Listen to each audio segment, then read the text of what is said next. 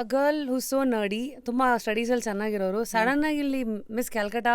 ಆ ಬ್ರಿಡ್ಜು ಹೇಗೆ ನೀವೇ ಪ್ಲಾನ್ ಮಾಡಿದ್ದ, ಇದೆಲ್ಲ ಆಕ್ಸಿಡೆಂಟ್ಸಾ? ನಾನು ತುಂಬ ಸತಿ ಇದಕ್ಕಿಂತ ಆಚೆ ಬರೋಕ್ಕೆ ಟ್ರೈ ಮಾಡಿದೆ ರಶ್. ಆ್ಯಕ್ಚುಲಿ ನನ್ನ ಫಸ್ಟ್ ಮೂವಿ ನಂತರ ತಿರ್ಗಾ ನಾನು ಟೀಚರ್ ಆಗಬೇಕು ಅಂದ್ಕೊಂಡಿದ್ದೆ. ಆಮೇಲೆ ಇಕನಾಮಿಕ್ಸ್ ಓದಬೇಕು. I had a scholarship to London School of Economics A levels ನಂತರ. ಸೊ ಅದು ಒಂದು ಮೈಂಡಲ್ಲಿ ಇತ್ತು, ಲಂಡನಲ್ಲಿ ಹೋಗಿ ಓದಬೇಕಂತ. But I got my first film offer from Prabhat Roy Yodha, and then I did Basu Chatterjee's Hathat Drishti came to me. ನಾನು ಕ್ಲಾಸ್ 12 ಜಸ್ಟ್ ಮುಗಿಸಿದ್ದೀನಿ. ಸೊ ತುಂಬ ಅರ್ಲಿ ಆ್ಯಕ್ಚುಲಿ ಅದು. ಹೆಂಗಿದೆಲ್ಲ ಅಂದ್ರೆ ಫಸ್ಟ್ಲಿ ಮೂವೀಸ್ ಆ ಕಡೆ ಹೆಂಗ್ ಮಿಸ್ ಕ್ಯಾಲ್ಕಟಾ ಅದೇ ನಾನು. ಅದನ್ನೇ ಹೇಗೆ? ಅದು ಆಕ್ಚುಲಿ ಆ ಕಾಂಟೆಸ್ಟ್ ಬಗ್ಗೆ ಗೊತ್ತಿತ್ತು. ನನ್ನ cousin June Malia, she was also Miss Calcutta. ನನ್ನ ಅಮ್ಮ ಮಿಸ್ ಬೆಂಗಾಲ್ ಆಗಿದ್ರು. ಸೊ ಈ ಕಾಂಟೆಸ್ಟ್ಸ್ ಎಲ್ಲ ಆಗುತ್ತೆ ಅಂತ. ನನ್ನ ಅಮ್ಮ actor actually, she was an actor come dancer. So she was into arts. So ಅವ್ರಿಗೆ ಆಸೆ ಇತ್ತು ದಟ್ ನಾವು ಅಮೆರಿಕ ಅಂತ ಬಂದಾದ್ಮೇಲೆ ಒಂದೇ ಒಂದು ಸತಿ ಅಟ್ಲೀಸ್ಟ್ ಒನ್ ಕಾಂಟೆಸ್ಟ್ಗೆ ಭಾಗವಹಿಸು, for that arty side of her. She wanted to, the typical ಇರುತ್ತೆ ಅಲ್ವಾ. So I was like, there's no way I'm going to win. I'm not tall enough. ನನಗೆ ಇದ್ರ ಬಗ್ಗೆ ಏನೂ ಗೊತ್ತಿಲ್ಲ. It was, it wasn't as strict as Femina Miss India is now, but Miss Calcutta was a nice competition, this regional kind of competition. And but that was my first sort of contest ever. I won best skin. I won the contest. Next day ನನ್ನ ಪೇಪರಲ್ಲಿ ನನ್ನ photo ನೋಡಿ ಒಂಥರ ಖುಷಿ ಅದು, like I never experienced that. So ನಾನು ಅಮ್ಮ ನೋಡು ಎಷ್ಟು ಚೆನ್ನಾಗಿದೆ, ಎಲ್ಲರೂ ಫೋನ್ ಮಾಡ್ತಿದ್ದಾರೆ ಅಂತ.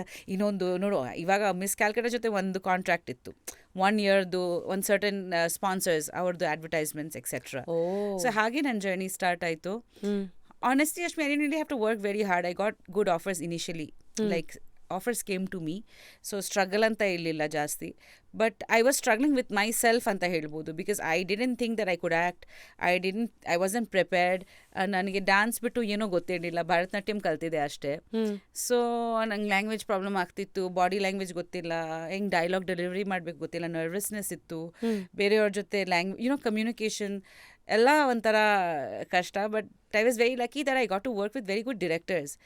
ಸೊ ಪ್ರಭಾತ್ ರಾಯ್ ಆಗಲಿ, ಬಾಸುದಾ ಆಗಲಿ, ಆ್ಯಂಡ್ ತಮಿಳ್, ತೆಲುಗು, ಕನ್ನಡಲ್ಲಿ ಬಂದಾಗ ಬಿಗ್ ಸ್ಟಾರ್ಸ್, ಒಳ್ಳೆ directors.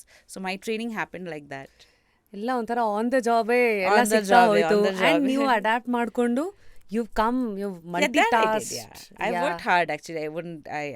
I think in retrospect I worked very hard, because balancing college, and appadu he wanted me to finish my BCom. He said graduation mugsle beku, masters okay fine, you're breaking my heart, but sari if you really nee ಮಾಡಬೇಕಂದ್ರೆ finish your graduation. At least one graduation anta. Yeah, so graduation. then ashurgagle movies ಎಲ್ಲ work ಆಗ್ತಾ ಇತ್ತು. Yeah, 100% already ಎಲ್ಲ languages ಅಲ್ಲಿ work ಮಾಡ್ತಾ ಇದ್ದೆ ನಾನು. So ಇವತ್ತು if you look back,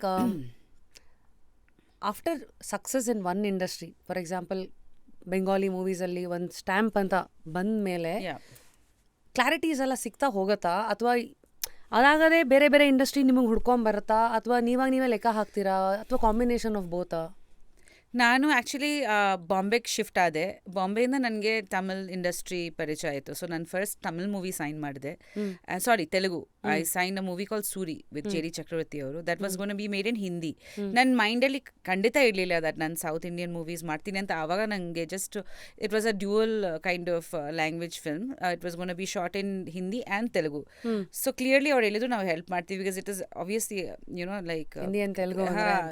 so Hyderabad ಬಂದಾದ್ಮೇಲೆ ನನಗೆ ತುಂಬ ಕಷ್ಟ ಆಗ್ತಿತ್ತು ತೆಲುಗು ಮಾತಾಡೋಕ್ಕೆ, ಬಿಕಾಸ್ ದೊಡ್ಡ words and the demand was more. Actually more physical and emotional character. So ನಾನು ಬೆಂಗಾಲಿಯಲ್ಲಿ ತುಂಬ ಸೋಷಿಯಲ್ ಸಾಫ್ಟ್ ಫಿಲ್ಮ್ಸ್ ಮಾಡಿದ್ದೆ. ಸೊ ಇದು completely different, the south industry. Dancing ಆಗಲಿ, everything was you needed to know everything properly. So ನಾನು okay fine, ಇದು ಒಂದು ಮಾಡಿಬಿಟ್ಟು ಆಮೇಲೆ ವಾಪಸ್ ಬೆಂಗಾಲ್ಗೆ ಹೊರಟೋಗೋಣ ಅಂತ. Then I met Uppi and he approach for Ra.